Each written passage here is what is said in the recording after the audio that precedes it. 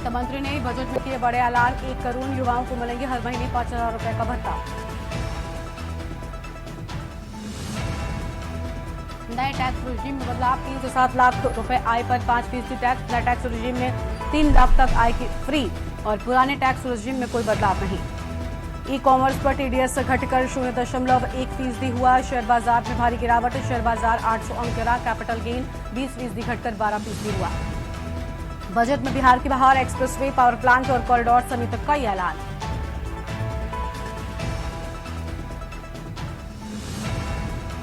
लोकसभा की कार्यवाही हुई स्थगित। बुधवार की सुबह 11 बजे तक के लिए स्थगित हुई कार्यवाही।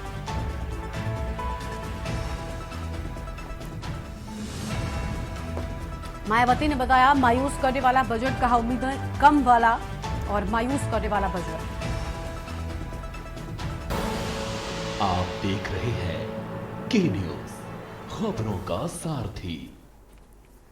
नमस्कार, आप देख रहे हैं के न्यूज इंडिया। मैं हूं आपके साथ गरिमा वाजपेयी और सीधा आपको सुनाते हैं उत्तराखंड के मुख्यमंत्री धामी बजट को लेकर क्या कुछ कह रहे हैं। की गई है और विशेषकर से उत्तराखंड का उसमें उल्लेख भी किया गया है। इसके लिए मैं आदरणीय वित्त मंत्री जी का विशेष धन्यवाद देता हूं। मैं पुनः आदरणीय प्रधानमंत्री जी का, आदरणीय वित्त मंत्री जी का और केंद्र सरकार को विकसित भारत बनाने के इस विशिष्ट जो संकल्प है, इसको देश के समक्ष प्रस्तुत करने के लिए उनका धन्यवाद करता हूं, आभार व्यक्त करता हूं। मुख्यमंत्री जी, नीति आयोग की भी बैठक है, क्या लगता है इस बजट में जो कुछ रह गया, कुछ और आप लोगों ने प्लान किया हो नीति आयोग के माध्यम से या प्रधानमंत्री जी के समक्ष जो मुख्यमंत्री जी का सम्मेलन है उसके माध्यम से कुछ और? देखिए, बहुत सारे जो विषय हैं जो हमारे राज्य के लिए बहुत जरूरी हैं, उसमें इस बजट में उसका प्रावधान किया गया है। चाहे वो हमारे आदिवासी जनजाति क्षेत्रों में उनके विकास की योजनाएं हैं, उनके समग्र उत्थान की योजना है, उस योजना में स्थान दिया गया है। क्योंकि नीति आयोग भारत सरकार का एक विकास को तय करने के लिए, विकास का योजन करने के लिए एक प्रमुख हमारा केंद्र है। तो वहाँ पर हम एक पहले से भी हमने प्रस्ताव दिए हुए हैं और इस बार अभी थोड़ी देर पहले हमने यहाँ बैठक करी है। तो हम और कौन कौन से निवेदन वहाँ पर कर सकते हैं, उन निवेदनों पर भी आज हमने चर्चा की है। और निश्चित रूप से राज्य को जिससे अधिकाधिक विकास के लिए अन्य क्षेत्रों में जहाँ भी लाभ हो सकता है वो लाभ हम वहाँ पर मिले, उसके लिए प्रयास करेंगे। सर, आपदा को लेकर क्लियर एक अमाउंट की घोषणा नहीं है, तो इसमें किस तरीके से क्या जो हमें ज़रूरत पड़ेगी उस पर पैसा दिया जाए, क्या कुछ रहेगा? नहीं, देखिए, आपदा के जो मानक हैं उन मानकों के अनुसार तो भारत सरकार लगातार हमको सहायता करती है। लेकिन इस बार बजट भाषण में ही विशेष रूप से जो दैवीय आपदा के समय बादल फटने जैसी घटनाएं हैं, उन घटनाओं का उल्लेख किया गया। तो निश्चित रूप से हमको जो है उसका क्षतिपूर्ति में और जो भी हमारा नुकसान होता है उसमें काफ़ी सहायता हो जाएगी। राहत पैकेज का मिलना कितनी बड़ी राहत देखते हैं, क्योंकि हर वर्ष काफ़ी नुकसान होता है। नहीं, भारत सरकार से लगातार हमको आपदा के मद में हमेशा राहत दी जाती है और उसमें हमको पर्याप्त मात्रा में केंद्र की सहायता मिलती है और वो जारी रहेगी। माननीय प्रधानमंत्री जी का हमारे राज्य से विशेष लगाव है, उनके हृदय में उत्तराखंड बसता है और हमेशा उत्तराखंड के लिए वो बढ़ चढ़कर हमारी सहायता करते हैं। और मोदी 3.0 का पहला आम बजट पेश हो गया है। वित्त मंत्री निर्मला सीतारमण ने इसे संसद में पेश किया। वित्त मंत्री के रूप में उनका ये लगातार 7वां बजट है। बजट में अलग अलग सेक्टर्स के लिए कई बड़ी घोषणाएं की गई हैं, लेकिन आम आदमी की जेब पर किस चीज का बोझ बढ़ा है और किस ऐलान ने उन्हें राहत दी है। मोदी 3.0 का पहला बजट संसद में पेश किया गया और वित्त मंत्री सीतारमण ने अपने भाषण की शुरुआत करते हुए कहा कि प्रधानमंत्री मोदी के नेतृत्व में लगातार तीसरी बार देश में सरकार बनाना ऐतिहासिक है। देश की जनता ने सरकार पर भरोसा दिखाया है। वैश्विक हालात का महंगाई पर असर पड़ा है, लेकिन भारत में महंगाई नियंत्रण में है और ये 4% के दायरे में है। संबंधित खबरें, बजट के इतिहास की खास बातें।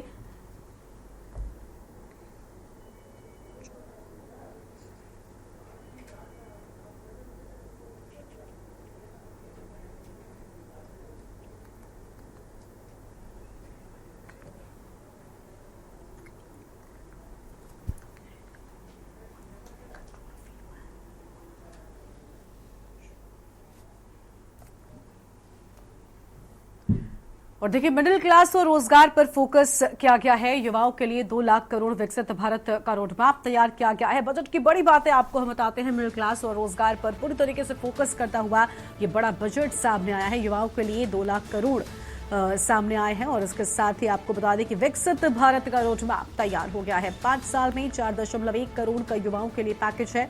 मिडिल क्लास और रोजगार पर फोकस है। युवाओं के लिए 2 लाख करोड़ विकसित भारत का रोडमैप तैयार। 5 साल में 4.1 करोड़ का युवाओं के लिए पैकेज। मिडिल क्लास और रोजगार पर फोकस। युवाओं के लिए 2 लाख करोड़ विकसित भारत का रोडमैप तैयार।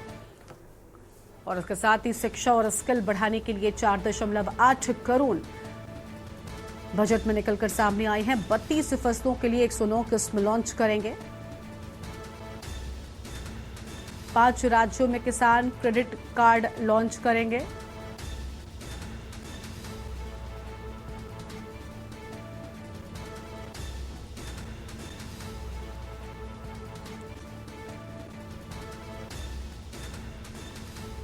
तो सब्जियों के सप्लाई चेन पर जोर।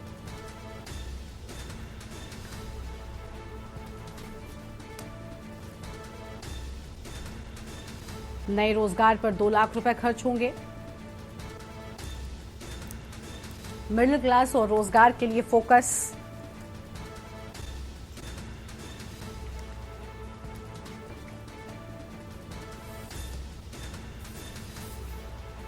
,400 जिलों में फसलों का डिजिटल सर्वे होगा। तो बजट की ये बड़ी बातें आपको हम बता रहे हैं। नौकरियों में महिलाओं की भागीदारी भी बढ़ने वाली है। प्राकृतिक खेती के लिए 1 करोड़ किसानों को मदद मिलेगी और 6 करोड़ किसानों की जमीन रजिस्ट्री की भी बात सामने आई है।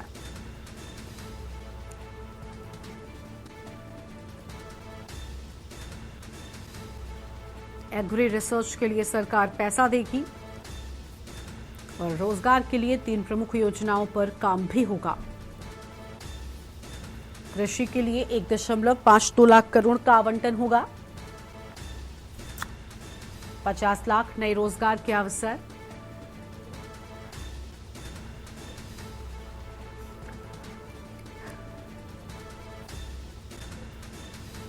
पहली बार नौकरी वालों को अतिरिक्त पीएफ मिलेगा और 1 लाख की सैलरी पर 3,000 सरकार पीएफ में देगी।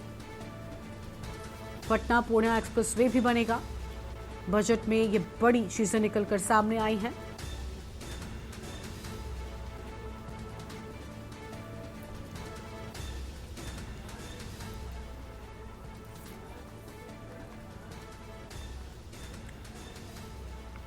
तो बोधगया वैशाली एक्सप्रेसवे बनेगा और बक्सर बादलपुर एक्सप्रेसवे भी बनेगा। बोधगया वैशाली एक्सप्रेसवे बनेगा। तो बिहार में बजट को क्या कुछ खास निकलकर सामने आने वाला है, वो भी तस्वीरें आपको हम दिखा रहे हैं। बजट में एक गंगा नदी को लेकर भी अहम बातें सामने आई हैं। 3 एक्सप्रेसवे के लिए बिहार में फंड बजट में सामने आया है और बिहार में हाईवे के लिए 26,000 करोड़ रुपए आवंटित किए गए हैं।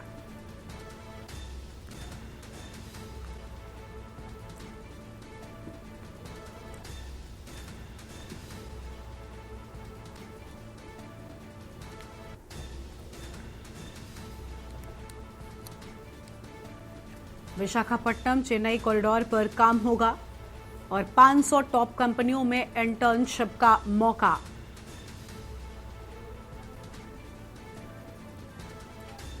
पोलावरम सिंचाई में भी अहम बातें सामने आई हैं। शहरी आवास योजना के लिए 10 लाख करोड़ होंगे। घरेलू संस्थानों में उच्च शिक्षा के लिए 10 लाख की मदद। महिलाओं के लिए हॉस्टल शिशु गृहों की स्थापना होगी। स्किल लोन के तहत अब 7.5 लाख तक का लोन होगा। 12 नए इंडस्ट्रियल पार्क बनाने को मंजूरी। 100 शहरों में साप्ताहिक बाजार की योजना।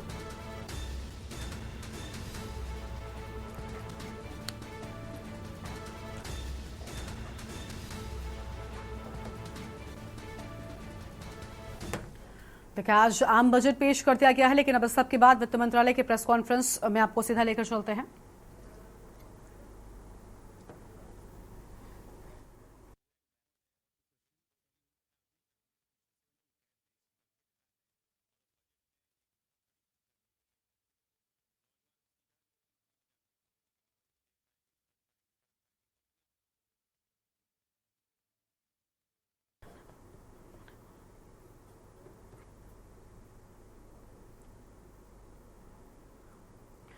तो वित्त मंत्री निर्मला सीतारमण की प्रेस कॉन्फ्रेंस की सीधी तस्वीर आपको हम दिखा रहे हैं, जहां पर बजट पेश करने के बाद में प्रेस कॉन्फ्रेंस कर रही है वित्त मंत्री निर्मला सीतारमण।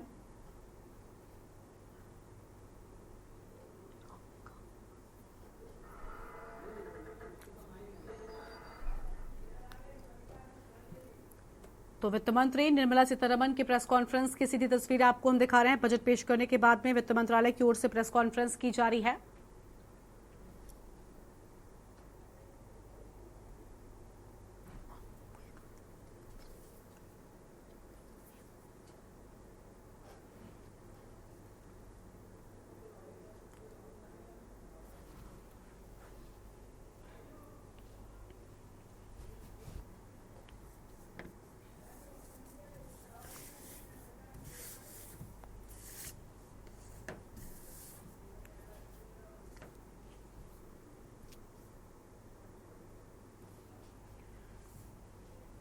और कांग्रेस अध्यक्ष मल्लिकार्जुन खड़गे क्या कुछ कहने पर सुनाते हैं। कट एंड पेस्ट बोलते ना, तो वो उन्होंने किया है। तो सारे देश महंगाई से तड़प रहा है, उसके लिए क्या स्टेप आप उठाने वाले हैं, क्या कदम उठाएंगे वो कंट्रोल करने के लिए, उसका कोई जिक्र इसमें डिटेल तरीके से आपने नहीं कहा। और ऐसा लग रहा है कि मध्यम वर्ग से भी वो दुश्मनी ले रहे हैं। अब तक तो मध्यम वर्ग को कुछ ले देकर अपने साथ रखे थे, शायद उनके ऊपर भी गुस्सा है कि वो मध्यम वर्ग को, गरीबों को, अति पिछड़ों को सब पीछे डाल दिया है। कुर्सी बचाने के लिए जो एक दो लोगों को खुश करना था वो उन्होंने अपने बजट में ओपनली दिखाया। लेकिन जो वो तो ठीक है, किसी को मिल रहा है तो ठीक, लेकिन जहाँ जरूरत है, मैं उदाहरण के तौर पर कहता हूँ कि हमारा एरिया मोस्ट बैकवर्ड है, हैदराबाद, कल्याण कर्नाटका हैदराबाद, वहां पर उसको संविधान ने स्पेशल स्टेटस दिया है। वहां पर पैसे की जरूरत है, वहां पर पहले से हमको स्पेशल अमाउंट होना चाहिए, ये हमारे सरकार की मांग है वहां से। वो भी उन्होंने इसको निगलेक्ट किया, उसके बारे में कोई उन्होंने एक लफ्ज भी इसमें नहीं है। ये बजट देखने के बाद ऐसा लगा कि उन्होंने दो मित्रों को खुश करने को छोड़ के दूसरे किसी को भी 140 करोड़ जनता को उन्होंने अलग रखा और दो मित्रों को उन्होंने साथ लेकर कुर्सी बचाने का काम किया है। तो कुल मिलाकर ये बजट किसके लिए है अब बाद में मालूम होगा, क्योंकि एक तो हमने बोला कि दो लोगों की खुशी के लिए ज्यादा, और वो उनकी हमेशा क्या है, प्रॉमिसेस तो बहुत है उनके, लेकिन काम कुछ नहीं होता। एक आप ऐसा एक तो इनके 10 साल के बजट में हमको बताइए कि जैसा मनरेगा जैसा प्रोग्राम हमने किया, फूड सिक्योरिटी। तो कांग्रेस अध्यक्ष मल्लिकार्जुन खड़गे को आप सुन रहे थे, जहां पर उनकी ओर से अहम बातें कही गई हैं। बजट को लेकर उनका कहना है कि कई वर्गों को दरकिनार किया गया है। अब आगे बढ़ते हैं खबरों की ओर। आपको बताते हैं कि आखिर टैक्स में इस बजट में क्या बड़े बदलाव हुए हैं। न्यू टैक्स रेजिम की अगर हम बात करें तो टैक्स स्लैब में बड़े बदलाव हुए हैं। 0 से लेकर 3 लाख आय पर कोई टैक्स नहीं है। तो वहीं आपको बता दें कि 3 से 7 लाख की आय पर 5% टैक्स लगेगा और 7 से 10 लाख पर 10% टैक्स लगेगा और 10 से 12 लाख पर 15% टैक्स लगेगा, जबकि 15 लाख से ऊपर की कमाई पर 30% पुराने टैक्स रेजिम में कोई बदलाव नहीं किया गया है। तो देखिए, पुराने टैक्स रेजिम में कोई बदलाव नहीं है, ठीक वैसी की वैसी चीजें निकलकर सामने आई हैं।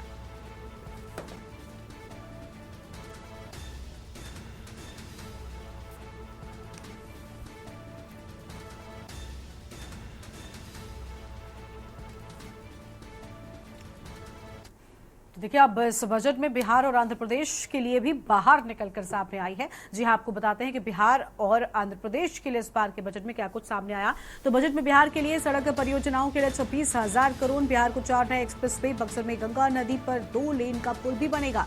तो 4 नए बिहार को एक्सप्रेसवे मिले हैं। इसके साथ ही आपको बता दें कि गंगा नदी पर 2 लेन का पुल बनेगा और 26,000 करोड़ की सड़क परियोजना, 21,000 करोड़ रुपए का पावर प्लांट, पटना पूर्णिया के बीच एक्सप्रेसवे और बक्सर भागलपुर के बीच हाईवे का निर्माण होगा।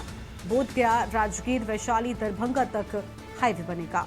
तो बजट में बिहार के लिए भी बाहर नजर आई है।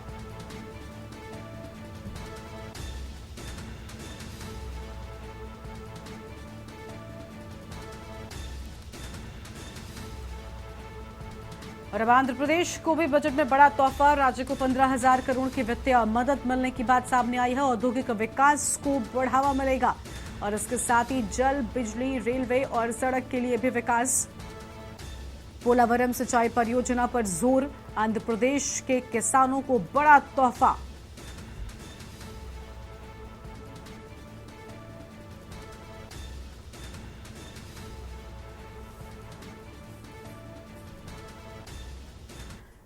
और देखिए, आम लोगों की नजर इस चीज पर भी थी कि इस बजट के पेश होने के बाद किन चीजों में महंगाई आएगी, जबकि कौन सी चीजें सस्ती होंगी, वो भी आपको बताते हैं। देखिए, अगर सस्ते होने की बात करें तो सोना चांदी सस्ता हो गया है, प्लेटिनम पर कस्टम ड्यूटी घटी है, जबकि प्लास्टिक से बने सामान, पीवीसी इंपोर्ट घटाने में इजाफा हुआ है। और कैंसर की दवाएं, मोबाइल चार्जर, मछली का भोजन सस्ता हुआ है, जबकि पेट्रोकेमिकल से जुड़ी चीजें महंगी हो गई हैं। और चमड़े से बनी वस्तुएं, रसायन, पेट्रोकेमिकल, पीवीसी, फ्लैक्स बैनर सस्ते हो गए हैं, जबकि टेलीकॉम उपकरण कस्टम ड्यूटी को 15% बढ़ाया गया है। देखिए, बजट सामने आ चुका है। कई चीजें एक तरफ सस्ती हुई हैं तो वहीं कई चीजों पर महंगाई भी सामने आई है। एक छोटे से ब्रेक के लिए हम रुकते हैं, जल्द लौटेंगे। आप देख रहे हैं के न्यूज, खबरों का सारथी। ब्रेक के बाद आप सभी का स्वागत है। तो देश का बजट सामने आ चुका है। संसद में मोदी सरकार 3.0 बजट आने पर विपक्ष की प्रतिक्रियाएं भी सामने आई हैं। बजट को लेकर यूपी के पूर्व सीएम सपा सांसद अखिलेश यादव ने क्या कुछ कहा, चलिए वो भी आपको सुनाते हैं। कम करते हुए कहने को कहते हैं 5 भी अर्थव्यवस्था है, लेकिन इतने बड़े पैमाने पे बेरोजगार हो, 5 में नंबर की अर्थव्यवस्था का क्या फायदा। अध्यक्ष जी, किसानों को लेकर क्या कहेंगे, उम्मीद है आपको? कुछ किसानों को राहत, किसानों को राहत। 10 साल में भी कोई उम्मीद नहीं रही, ये साल भी कोई वो नहीं है। और अब आपको बता दें कि आज दिल्ली से खबर सामने आई, जहां पर सीपीपी चेयरपर्सन सोनिया गांधी के नेतृत्व में कांग्रेस पार्लियामेंट्री स्ट्रेटेजी ग्रुप की बैठक हुई। इस बैठक में चर्चा हुई कि हम सदन में किसान, अग्निवीर, नीट और देश की जनता से जुड़े हुए मुद्दों को उठाएंगे। नीट के साथ और अग्निवीर, ये तीनों मुद्दे सोनिया जी की चेयरपर्सनशिप में की ये चर्चा की कि आगामी सत्र में हम किसानों का मुद्दा, हम अग्निवीर का मुद्दा और नीट का मुद्दा, ये तीनों में जो जाति हो रही है नौजवानों के साथ, अग्निवीर के नाम पर जिस तरह हो रहा है, इस मुद्दे को प्रमुखता से उठाया। और हमें पूरा विश्वास है कि हम इस मुद्दे को कल रखेंगे बीएससी की मीटिंग में भी। इसी के साथ साथ हम चाहते हैं कि सेलेक्टिव मिनिस्ट्री पे चर्चा होगी हाउस, वो ऐसे हो जो जन सरफ हो, जनता से जुड़े मुद्दे। मैं किसी विभाग की चर्चा नहीं करता, लेकिन जनता से जुड़े, देश की समस्याओं से जुड़े महत्वपूर्ण है, हम उस पर चर्चा करेंगे। तो यह हम लोगों ने किया है। कल बीएससी की मीटिंग लोकसभा में भी होगी, राज्यसभा में भी, वो हम रखेंगे। और ये 3 मुद्दे, किसानों के, नौजवानों के जो नीट के साथ जुड़े हुए हैं और अग्निवीर, ये तीनों मुद्दे कांग्रेस प्रमुखता के साथ उठाएगी। फिर हम सब बैठक करेंगे इंडिया गठबंधन और वहाँ बैठकर हम सामूहिक रूप से इन समस्याओं पर बल देंगे। सर, बजट को लेकर क्या कुछ एक्सपेक्टेशन है आप लोगों की तरफ से? कल प्रेजेंट होने वाला है बजट। मैं समझता हूँ कुछ घंटों की बात है, हम इंतजार कर लें। हमने जो अपने मुद्दे बता दिए तो हम निश्चित रूप से चाहेंगे किसानों का भला, अनएम्प्लॉयमेंट खत्म हो। और सावन के महीने का इंतजार पूरी दुनिया करती है। अमृतसर के नवविवाहित जोड़े खासतौर पर इसका इंतजार करते हैं। इस महीने में नवविवाहित जोड़े सोने के गहनों की जगह फूलों की कलियों की मालाओं से सजकर अमृतसर दुर्गाना मंदिर में पहुंचते हैं। दुर्गाना मंदिर स्थित श्री लक्ष्मी नारायण मंदिर में लोग अपने परिवार के साथ माथा टेकने पहुंचते हैं। नवविवाहित जोड़ों ने परिवार की खुशहाली और पुत्र प्राप्ति के लिए मंदिर में भगवान लक्ष्मी नारायण जी से प्रार्थना की है।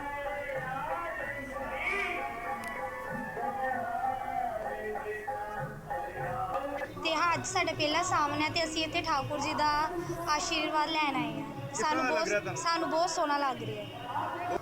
ਅਸੀਂ ਕੋਟ ਖਾਲਸਾ ਦੇ ਰਹਿਣ ਵਾਲੇ ਹਾਂ, ਅੰਮ੍ਰਿਤਸਰ ਦੇ। ਮੇਰਾ ਪਹਿਲਾ ਸਾਵਨ ਹੈ ਤੇ ਅਸੀਂ ਅੱਜ ਠਾਕੁਰ ਜੀ ਦਾ ਆਸ਼ੀਰਵਾਦ ਲੈਣ ਆਏ ਹਾਂ ਸਾਵਨ ਦੇ। ਕਿਸ ਤਰ੍ਹਾਂ ਦਾ ਲੱਗ ਰਿਹਾ ਜੀ ਤੁਹਾਨੂੰ? ਬਹੁਤ ਵਧੀਆ ਲੱਗ ਰਿਹਾ, ਬਹੁਤ ਜ਼ਿਆਦਾ ਰੌਣਕ ਲੱਗੀ ਹੋਈ ਹੈ ਦੁਰਗਿਆਨਾ ਮੰਦਿਰ। ਹੋਰ ਭਾਈ ਤੁਸੀਂ ਕੋਈ ਕਹਿਣਾ ਚਾਹੋਗੇ? ਮੇਰਾ ਨਾਮ ਅਕਸ਼ੇ ਹੈ।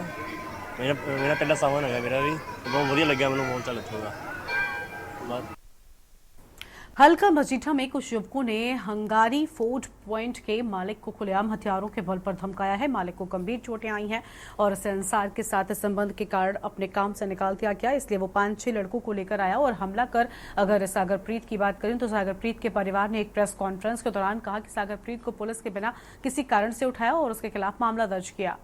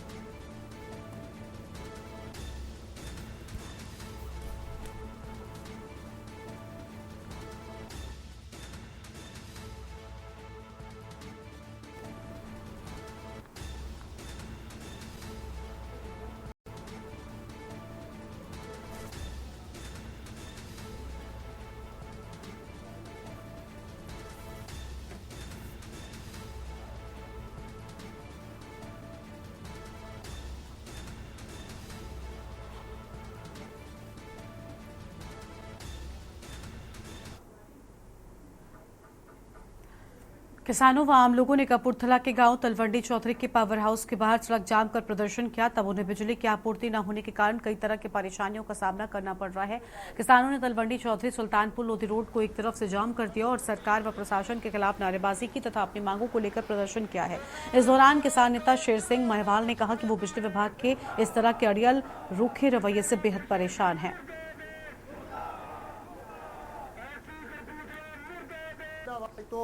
ਇਹ 10 ਤੋਂ 15 ਦਿਨ ਹੋ ਗਏ ਆ। ਜਿਹੜਾ ਅਸੀਂ ਮੀਡੀਆ ਦੇ ਵਿੱਚ ਵੀ ਦਿੱਤਾ ਸੀ ਕਿ ਸਾਨੂੰ ਜਿਹੜੀ ਲਾਈਟ ਆ ਉਹ ਪੂਰੀ ਪ੍ਰੋਪਰ ਦਿੱਤੀ ਜਾਵੇ।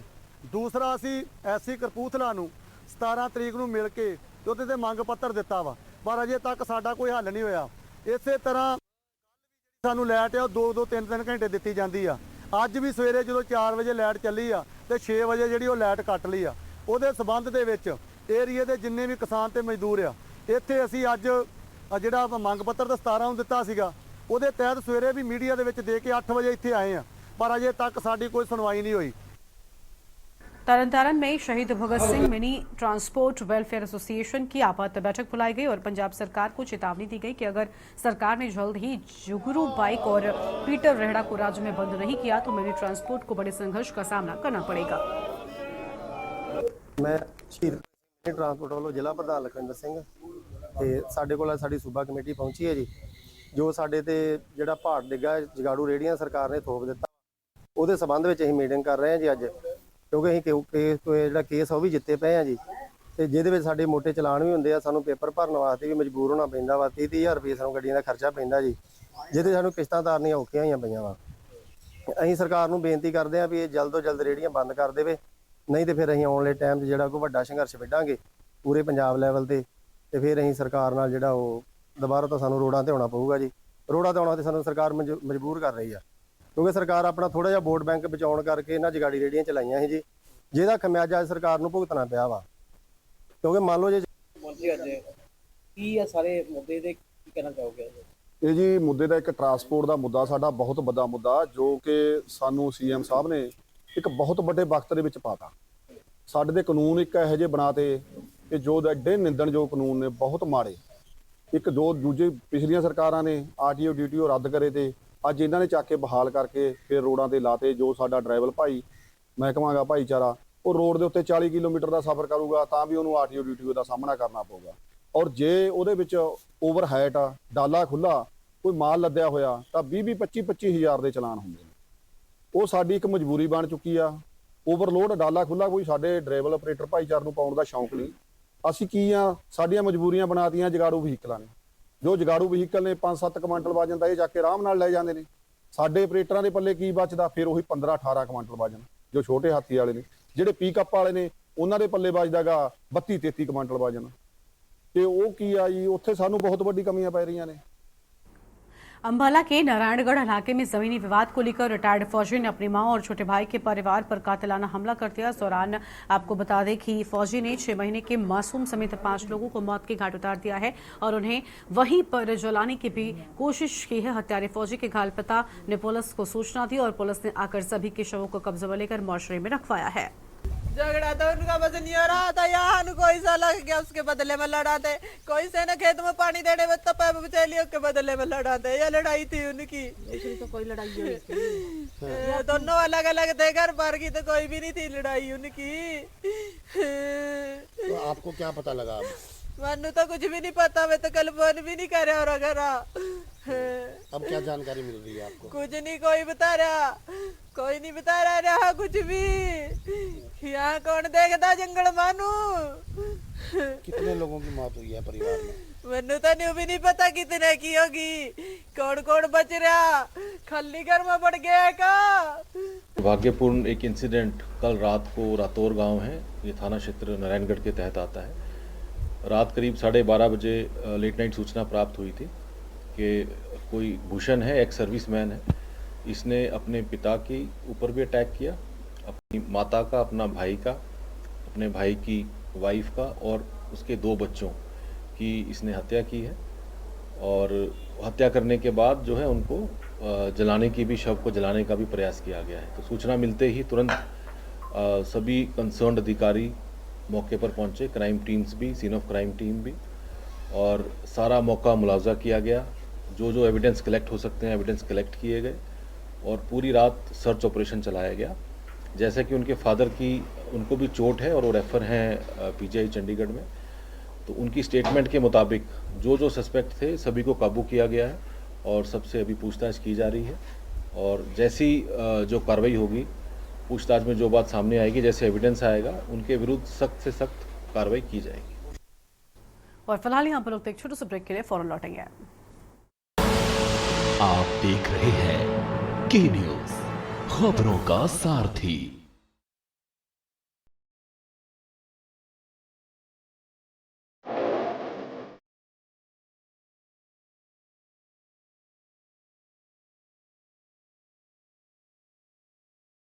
ਰੰਗਲਾ ਪੰਜਾਬ 'ਚ ਬਣਾਉਣਾ, ਉਹਦੇ ਵਾਸਤੇ ਸਿਹਤਮੰਦ ਪੰਜਾਬ ਪਹਿਲਾਂ ਚਾਹੀਦਾ ਹੈ। 96 ਤੋਂ 97% ਲੋਕ ਜਿਹੜੇ ਨੇ ਉਹ ਮੁਹੱਲਾ ਕਲੀਨਿਕਾਂ 'ਚੋਂ ਠੀਕ ਹੋ ਕੇ ਘਰੇ ਵਾਪਸ ਚਲੇ ਜਾਂਦੇ ਨੇ। ਸਰਕਾਰੀ ਹਸਪਤਾਲਾਂ ਤੇ ਬਰਡਨ ਬਹੁਤ ਘਟ ਗਿਆ।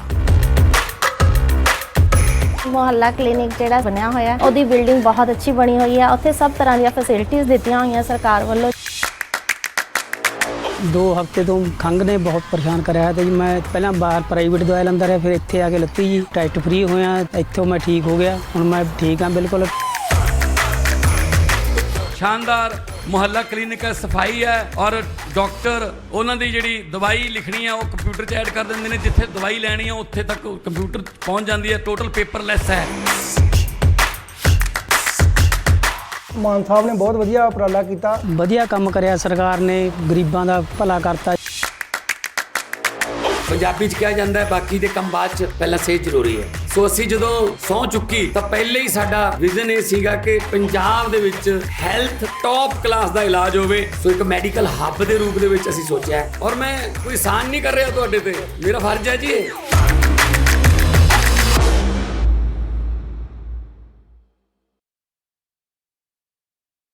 गोल्डी हिंग का तड़का लगे तो सभी दबा के खाते हैं।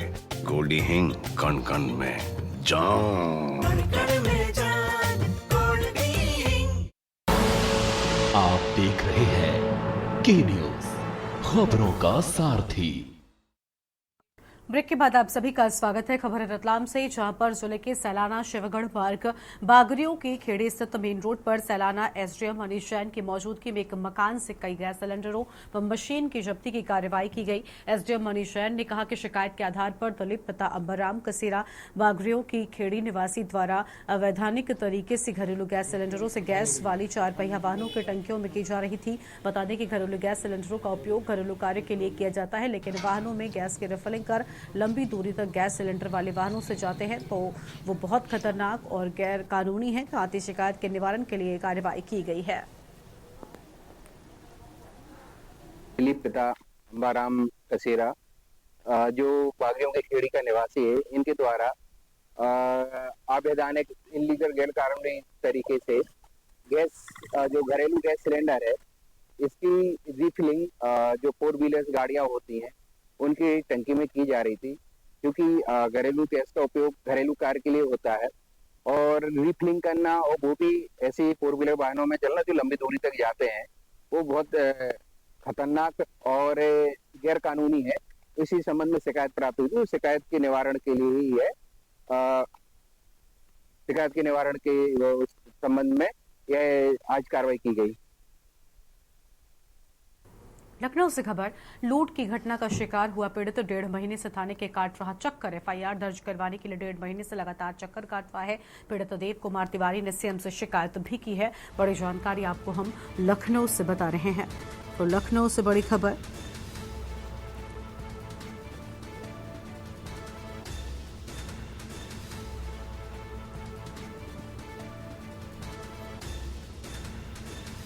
फिलहाल ये बड़ी जानकारी आपको हम बता रहे हैं। पीड़ित देव कुमार तिवारी ने सीएम से शिकायत की है। और लखनऊ से खबर, लूट की घटना का शिकार हुआ पीड़ित।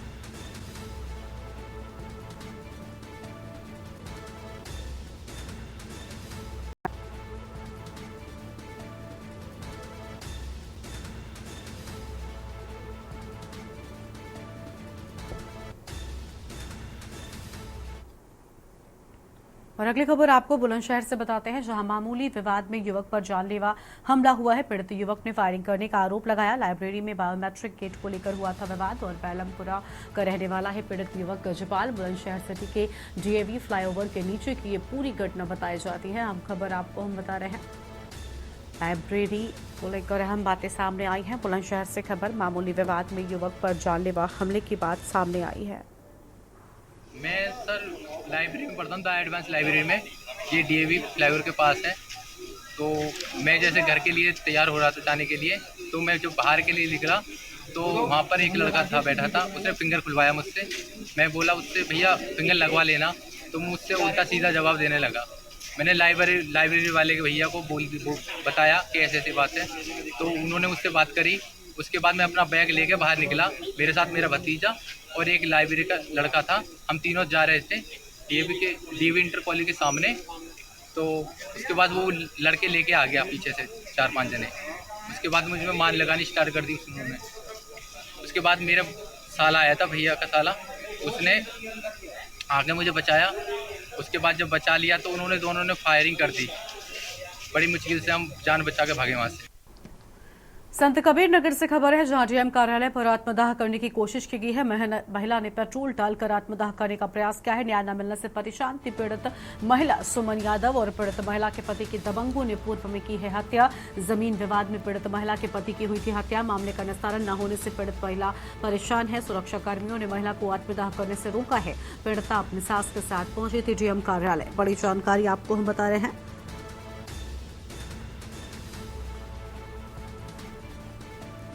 जमीन विवाद में पीड़ित महिला के पति की हुई थी हत्या।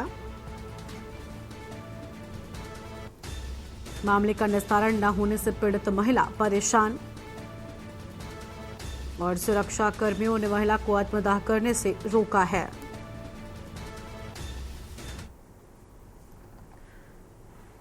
सीतापुर से अगली खबर, जहां डीएम ने जिला महिला अस्पताल का निरीक्षण किया और मरीजों से स्वास्थ्य व्यवस्थाओं की जानकारी भी ली है। मरीजों को दिए जा रहे खाने की क्वालिटी अच्छी नहीं, डीएम का कहना है। मरीजों को दिए जाने वाले खाने में सुधार किया जाए। निरीक्षण के दौरान सीएमओ हरपाल सिंह भी मौजूद रहे हैं। बड़ी खबर आपको बता दें, जहां पर मरीजों की सेहत के साथ खिलवाड़ न किया जाए और उनके दिए जाने वाले खाने में और बेहतरी की भी बात उन्होंने कही है।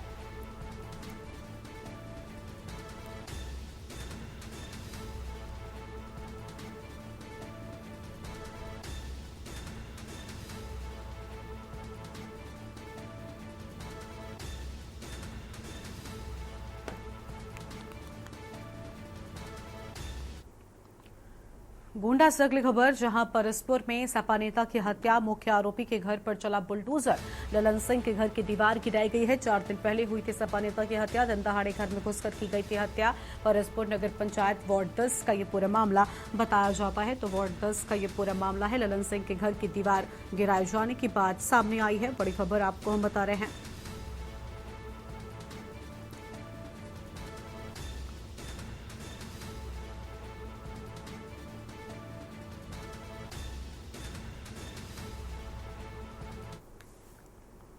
आगे बढ़ते हैं खबरों की ओर। अमरोहा से खबर, तेज रफ्तार डीसीएम ने स्कूटी सवार को रौंदा है। स्कूटी सवार की मौके पर ही दर्दनाक मौत हो गई और डीसीएम चालक डीसीएम छोड़कर मौके से फरार हो गए हैं। पुलिस ने शव को पोस्टमार्टम के लिए भेजा है। पुलिस ने डीसीएम को कब्जे में ले लिया और कोतवाली गजरौला क्षेत्र के नेशनल हाईवे 9 का ये पूरा मामला बताया जाता है।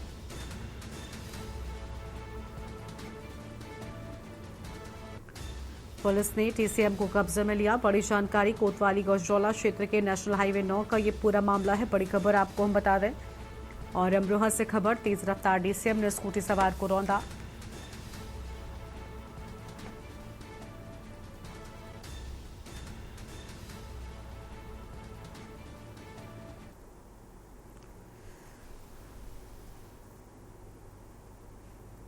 अगली खबर है सीतापुर से, जहां रोजगार सेवकों का जबरदस्त हंगामा सामने आया है। विकासखंड कार्यालय में जबरदस्त हंगामा। रामपुर मधुरा ब्लॉक में शुरू हुआ जमकर बवाल।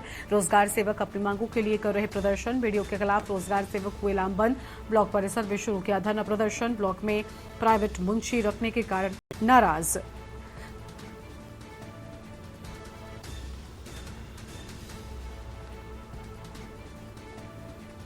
बीडीओ के खिलाफ रोजगार सेवक लामबंद हुए। बड़ी खबर आपको हम बता दें।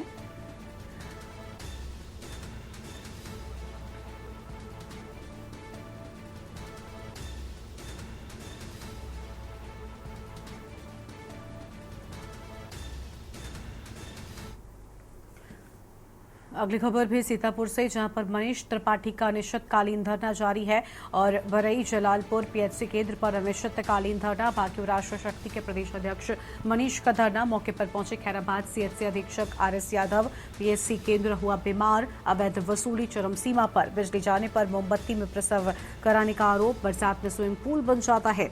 और आपको बता दें कि प्राथमिक उपचार केंद्र चिकित्सक की नियुक्ति की मांग, जनरेटर पानी की मांग भी की गई है और प्राथमिक उपचार केंद्र चिकित्सक नियुक्ति की मांग यहां पर किए जाने की बात सामने आई है।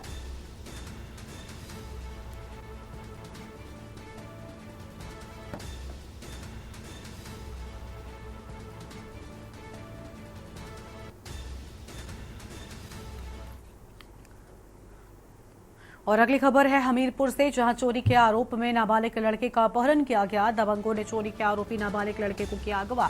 विद्यालय जाते समय रास्ते से नाबालिग को अगवा किए जाने की बात सामने आई है। घर पहुंचे पिता के साथ दबंगों ने गाली गलौज किया। पिता ने दबंगों पर लगाया मारपीट का आरोप। मारपीट और अगवा करने का आरोप। पीड़ित पिता ने जताई बेटे संग अनहोनी की आशंका। जलालपुर थाना क्षेत्र के बेड़ी गांव का पूरा मामला बताया जाता है।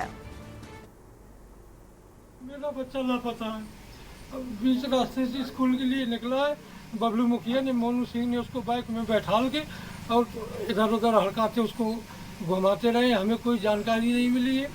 और परसों कल जब आके शाम को 5 बजे मुझे पता चला दूसरे लोगों से कि ये घटना हुई है और इन लोगों ने ऐसा किया है। तो मुझे 5 बजे पता चला। तब मैंने कल्लू सिंह से पूछा, तब उसने बताया कि हमारे घर में चोरी की इसने और हमने इससे पैसे बरामद किए और 24 घंटे से ज़्यादा हो गए, हमें कोई सूचना नहीं दी हम लोगों ने। और लोग उसको मारते पीटते रहे, डराते धमकाते रहे और कह रहे हैं हमने पैसा वसूल किया, पैसे देते, वीडियो बनाया है, वीडियो बनाया उन्होंने डरा के धमका के। बच्चे को क्या बताया जाए, क्या किया बच्चे के साथ में कोई पता नहीं। कल से कासगंज से खबर आपको बताते हैं, जहां कोतवाली परिसर में बड़ा कांड। मां बेटे ने पेट्रोल छिड़क कर किया आत्मदाह का प्रयास। आत्मदाह के प्रयास का वीडियो वायरल हो गया है। भाजपा नेता ने साथियों संग पीड़ित से की थी मारपीट। पुलिस ने पीड़ित की शिकायत पर नहीं किया केस दर्ज। पुलिस से परेशान मां बेटे ने किया आत्मदाह का प्रयास। घटना के बाद भाजपा नेता सहित 7 लोगों पर एफआईआर। बीजेपी युवा मोर्चा उपाध्यक्ष राजू चौहान के खिलाफ एफआईआर। घटना के बाद भाजपा नेता सहित 7 लोगों पर एफआईआर की बात सामने आई है। बड़ी खबर आपको बता दें, पुलिस ने पीड़ित को लेकर अहम बातें सामने आई हैं।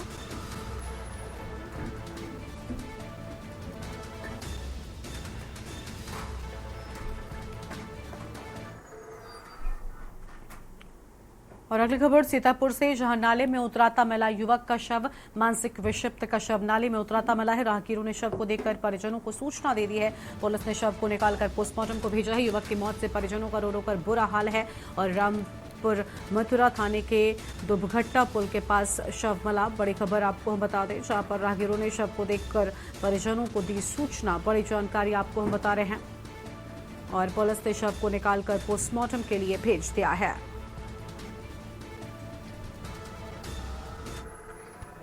फर्रुखाबाद जनपद की कामगंज तहसील सभागार में जिलाधिकारी डॉक्टर वीके सिंह की अध्यक्षता में आयोजित संपूर्ण समाधान दिवस के दौरान फरियादियों के द्वारा दिए गए 188 प्रार्थना पत्रों में से 14 प्रार्थना पत्रों का मौके पर ही निस्तारण किया गया। बाकी बचे प्रार्थना पत्रों को जिलाधिकारी डॉक्टर वीके सिंह शासन की मंशा के अनुरूप प्राथमिकता के आधार समय सीमानुगत गुणवत्तापूर्ण निस्तारण करने के निर्देश भी दिए गए हैं।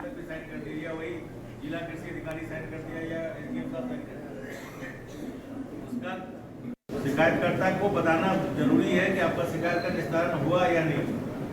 और शिकायतकर्ता आज तहसील कायमगंज में तहसील दिवस का आयोजन के क्रम में हुआ है। इसमें कुल 188 प्रार्थना पत्र विभिन्न विभागों के आए हैं। सभी प्रार्थना पत्र का समयबद्ध रूप से और गुणवत्तायुक्त निस्तारण हो, इसके संबंध में सभी अधिकारी को निर्देश दे दिए गए हैं। और हम उम्मीद करते हैं सभी अधिकारी से कि वो शासन के मंशा के अनुरूप शिकायतकर्ता को सुन के मौका देख के और सम्यक निस्तारण समय पर रूप से करेंगे। आज की कार्रवाई की एक राजस्व निरीक्षक और एक लेखपाल जो विरासत के मामले में उन्होंने गलत रिपोर्ट दिया, उसको निलंबित करने के लिए एसडीएम को निर्देश दिया। बांदा में राज्य एड्स नियंत्रण सोसाइटी लखनऊ के निर्देशानुसार युवा उत्सव 2024 का आयोजन किया गया, जिसके अंतर्गत मैराथन कार्यक्रम बांदा कृषि एवं प्रौद्योगिकी विश्वविद्यालय के ध्यानचंद स्पोर्ट्स स्टेडियम में किया गया। कार्यक्रम का उद्देश्य युवाओं में एचआईवी एड्स के प्रति जागरूकता एवं प्रचार प्रसार करना एवं लोगों को टोल फ्री सेवा 1097 के बारे में जानकारी देना है। पहले तो मैं बता दूं,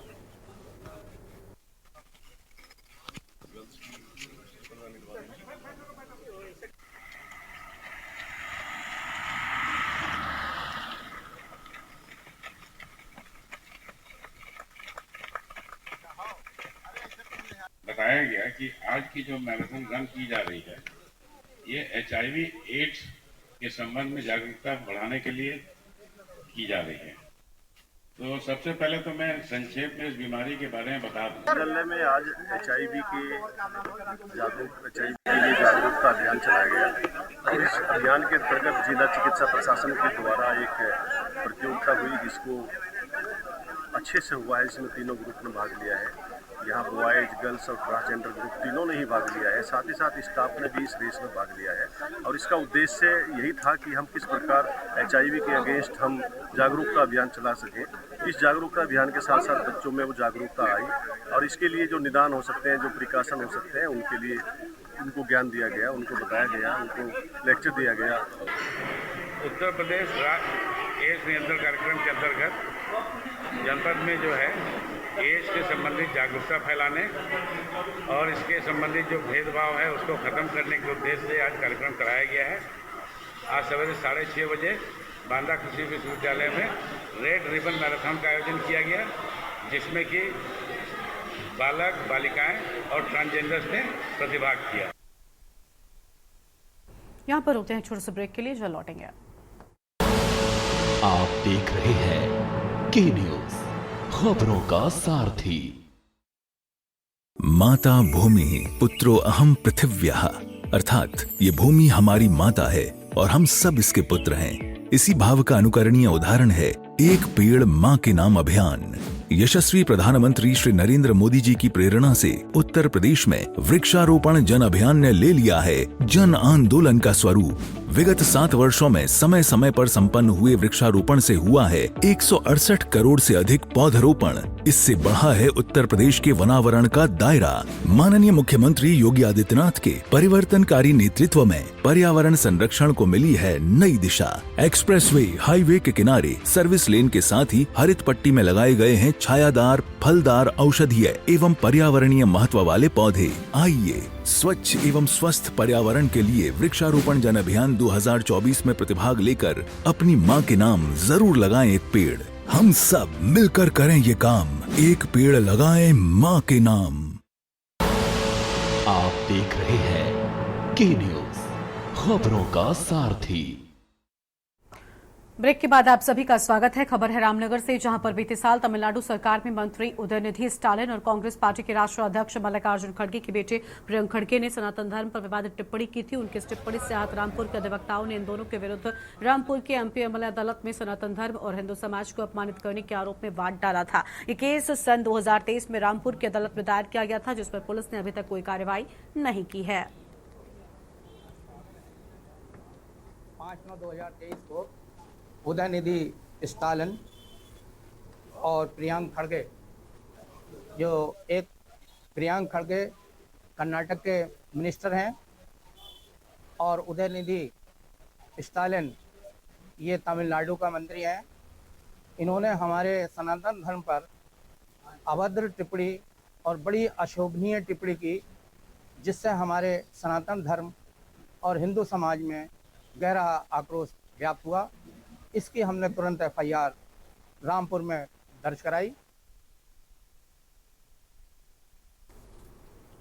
खबर है सीतापुर से, जहां नामेश्वर क्षेत्र में एक बाबा ऐसा है जिसे सरकार के द्वारा दी हुई कोई सुविधा नहीं चाहिए। बाबा की खुद की फोर्स, खुद का अस्पताल और खुद की पेयजल व्यवस्था भी है। बाबा ने सरकार पर भी लगाते हुए कहा कि सरकार के पास है ही क्या जो हमें देंगे। आगे आने वाले समय में योगी को हटाकर किसी जाट चौधरी को मुख्यमंत्री बनाने की भी भविष्यवाणी करती है। बाबा बोले, हमारे पास सैकड़ों एकड़ खुद की जमीन है, मैंने समिति के नाम खरीदी है जमीन। गुरु पूर्णिमा पर लाखों की संख्या में हुई भीड़ पर बाबा ने कहा कि एसडीएम मिश्रिक व थानाध्यक्ष नामिश ने कहा कि आपको पुलिस फोर्स की क्या जरूरत है। ये गुरु पूर्णिमा का त्योहार हर वर्ष होता है, हर वर्ष बड़े धूमधाम के साथ मनाया जाता है और ये जगह कभी कहीं बदल दी जाती है, लेकिन ये कई सालों से यहाँ पर ये स्थानीय गुरु पूर्णिमा मनाया जा रहा है। हमारा यहाँ पर आश्रम तीन आश्रम नैमिषारण्य में ही स्थापित है इस समय। एक जय गुरुदेव आश्रम सतगुरु धाम है जो बस अड्डे के पास है, और दूसरा हमारा वो हरदोई जिले में पड़ता है, वो नदी के किनारे वहाँ पर पड़ा है। और तीसरा आश्रम हमारा ये यहाँ पर ज्ञान आश्रम रामशाला ग्राम के बगल है। यहाँ बाबा जी का बहुत आध्यात्मिक, बहुत विशालतम गुरु पूर्णिमा का पर्व मनाया जाता है। कल ये पूजन शुरू होगा और बाबा जी सबको ज्ञान देने के लिए और आध्यात्मिक शाकाहारी बनाने के लिए बाबा जी संकल्पित करे चले आ रहे हैं। आगे बढ़ते हैं खबरों की ओर। और संत कबीर नगर जिले में स्वास्थ्य विभाग की मेहरबानी से अवैध तरीके से पैथोलॉजी का संचालन धड़ल्ले से हो रहा है। मरीजों की जिंदगी से खिलवाड़ जारी है और स्वास्थ्य विभाग चुप्पी साधे है। जिले में अब तक एक भी पैथोलॉजी रजिस्टर्ड नहीं है। अवैध तरीके से चल रहे पैथोलॉजी पर स्वास्थ्य विभाग की मेहरबानी बनी हुई है, तो वहीं सीएमओ कार्रवाई की बात कह रहे हैं, लेकिन एक भी पैथोलॉजी पर कार्रवाई न होने से स्वास्थ्य विभाग सवालों के घेरे में है। इनकी कार्रवाई अब शुरू हुई है, तो जो लोग रजिस्टर्ड नहीं हैं, कोई भी पैथोलॉजी हो, चाहे एक्सरे हो, चाहे सीटी स्कैन हो, उनको विधिक कार्रवाई की जाएगी, सील किए जाएंगे। दूसरा ऑप्शन है उनके पास अपना नियमानुसार रजिस्ट्रेशन करा लें और नियमानुसार चलाएं। दिल्ली में कितनी पैथोलॉजी रजिस्टर्ड है? अभी तक तो संज्ञान में कोई रजिस्टर्ड नहीं है पूरे जिले में। हाँ, किस तरह से एक्शन क्या होगा, क्योंकि तमाम जगह जो संचालन हो रहा है उन पर विभाग नकेल कैसे कसेगा, कार्रवाई कैसे तय होगी, या फिर उनकी प्रक्रियाओं को कैसे पूरा कराएगा?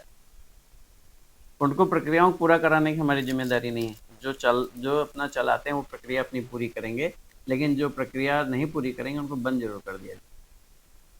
खबर है रामपुर से, जहां पर पुलिस थाने में यातना दिए जाने का एक बेहद गंभीर मामला रामपुर के शाहबाद थाना क्षेत्र में प्रकाश में आया, जहां चौकी डड़िया क्षेत्र में रहने वाले पति पत्नी के बीच विवाद हो गया, जिस पर पत्नी ने थाने में जाकर अपने पति के विरुद्ध शिकायत कर दी और शिकायत सुनकर पुलिस वाले इतनी आग बबूला हो गए कि पति को पीटते हुए थाने ले गए और फिर रात में उस पर 3rd डिग्री मारपीट कर उसकी बुरी हालत कर दी। सवेरे जब उसकी पत्नी मिलने आई तो उसकी हालत देखकर रहा नहीं गया और पति को छुड़ाकर घर ले आई। पीड़ित दलित समाज से है। उसका आरोप है कि उसकी जाति पूछकर पुलिस ने बेदर्दी से उसकी पिटाई की है।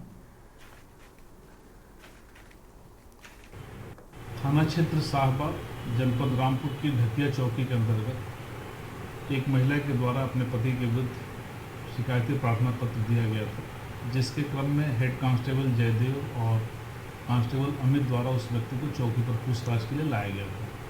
पूछताछ के दौरान इनके द्वारा उस व्यक्ति के साथ मारपीट की गई, जिसके संबंध में उस व्यक्ति द्वारा शिकायती प्रार्थना पत्र दिया गया। उस व्यक्ति के द्वारा दिए गए शिकायती प्रार्थना पत्र के आधार पर इनके विरुद्ध सुसंगत धाराओं में अभियोग पंजीकृत किया गया है एवं अनुशासनात्मक कार्रवाई करते हुए दोनों आरक्षियों एवं चौकी प्रभारी को निलंबित किया गया है। सीतापुर में छात्रों ने लोन दिलाने के नाम पर एक गरीब व्यक्ति के नाम बैंक में खाता खुलवाकर फर्म बनवा दी और पीड़ित का आरोप है कि इस पूरे गड़बड़ जाले में पंजाब नेशनल बैंक बिस्वा के मैनेजर भी शामिल है। लोन दिलाने के नाम पर किए गए इस खेल के पीड़ित इमरान पुत्र दुल्ला निवासी मुडीला थाना तंबौर तहसील लहरपुर जिला सीतापुर ने पुलिस अधीक्षक सीतापुर दिए गए प्रार्थना पत्र में 4 छात्रों सहित बैंक मैनेजर पर भी गंभीर आरोप लगाए हैं। पीड़ित इमरान ने शिकायती पत्र में कहा कि छात्र जालसाज उसी बैंक पासबुक और चेकबुक अपने पास ही रखे हुए हैं। क्या नाम है आपका? इमरान। कहाँ रहते हैं? मुडीला। क्या है मामला पूरा? मामला हमारा ये है, आधार पैन कार्ड मेरा सुनील और ब्रजेश, इन्होंने लिया, कहा तुम्हारा लोन करवा देंगे 2 से 3 लाख तक का, जितना हो जाएगा उसमें मुझको 5% दे देना और अपना पैसा निकाल करके कोई बिजनेस कर लेना। तो हम कहें ठीक है। उसके बाद जब हमने गए थे खाता खुलवाने तो वहाँ मेरा खाता खुलवाया, मेरा खाता खुल गया। उसके बाद साइन वाइन हो गए। उसके बाद हमने चेकबुक मांगा, किताब मांगा, तो उसने कहा कि 8 दिन के बाद तुम्हारे यहाँ डाक में आ जाएगा। तो हम घर चले आए। फिर वहाँ हम 2 महीना तक रास्ता देखे। उसके बाद बैंक फिर पहुँचे। मैनेजर साहब से हमने बयान किया कि मैनेजर साहब हमारी किताब चेकबुक ATM नहीं आया है। कहें क्या नाम है? तो कहें मेरा नाम इमरान है। कहें तुम्हारा इमरान नाम है, पैन कार्ड लाए हो? तो हम कहें हाँ साहब लायन है। पैन कार्ड से जब डालें तो अल्तमस ट्रेडर्स से वहाँ चेकबुक ATM और किताब मेरी पहुंच गई है। हमीरपुर में प्रवर्तन दल ने बीती रात परिवहन निगम की एक बस को पकड़ा जो बिना टिकट यात्रियों को लेकर महोबा से लखनऊ के लिए निकली थी। प्रवर्तन दल ने बीच रास्ते में जब बस को रुकवाया तो कंडक्टर ने जल्दबाजी में टिकट मशीन से टिकट निकालने की कोशिश की, लेकिन तब तक टीम ने उसे दबोच लिया और यात्रियों से पूछताछ की तो बड़ी तादाद में बिना टिकट यात्री मिले जो कंडक्टर को पैसे दे चुके थे। प्रवर्तन दल ने बस को हमीरपुर डिपो में खड़ा कर लिया है और टिकट मशीन सहित बैग को डिपो में जमा कराया गया। सर मैं इसमें महोबा कानपुर रोड पे चेकिंग कर रहा था, तो इंगोटा जैसे मैं पहुंचा तो महोबा से एक गाड़ी UP 78 HT 3917 महोबा डिपो ये लखनऊ के लिए जा रही थी। मैंने उसको मौदहा से कानपुर आते समय इंगोटा आते ही, इंगोटा आने वाली थी, मैं इंगोटा में खड़ा था गांव पार करके। वहाँ पे मैंने इस गाड़ी को रोका। साथ में मेरे साथ सहायक यातायात निरीक्षक अभिषेक मिश्रा भी थे और चालक राकेश कुमार। हाँ, मुख्यालय प्रवर्तन दल हमारे चेकिंग रिस्कार्ड जो मुख्यालय से हैं उनके साथ हमारी चेकिंग में हम लोग गए तो इंगोटा के पास महोबा डिपो की एक बस जिसमें से 22 टिकट बने हुए थे और 14 बिना टिकट यात्री बैठाए हुए थे परिचालक, तो उस प्रकरण को हम लोगों द्वारा चेक किया गया और लिखा गया। और देश की बात में फिलहाल लगता है। तमाम खबरों के लिए आप देखते रहिए न्यूज़ इंडिया। नमस्कार। आप देख रहे हैं के न्यूज़, खबरों का सारथी।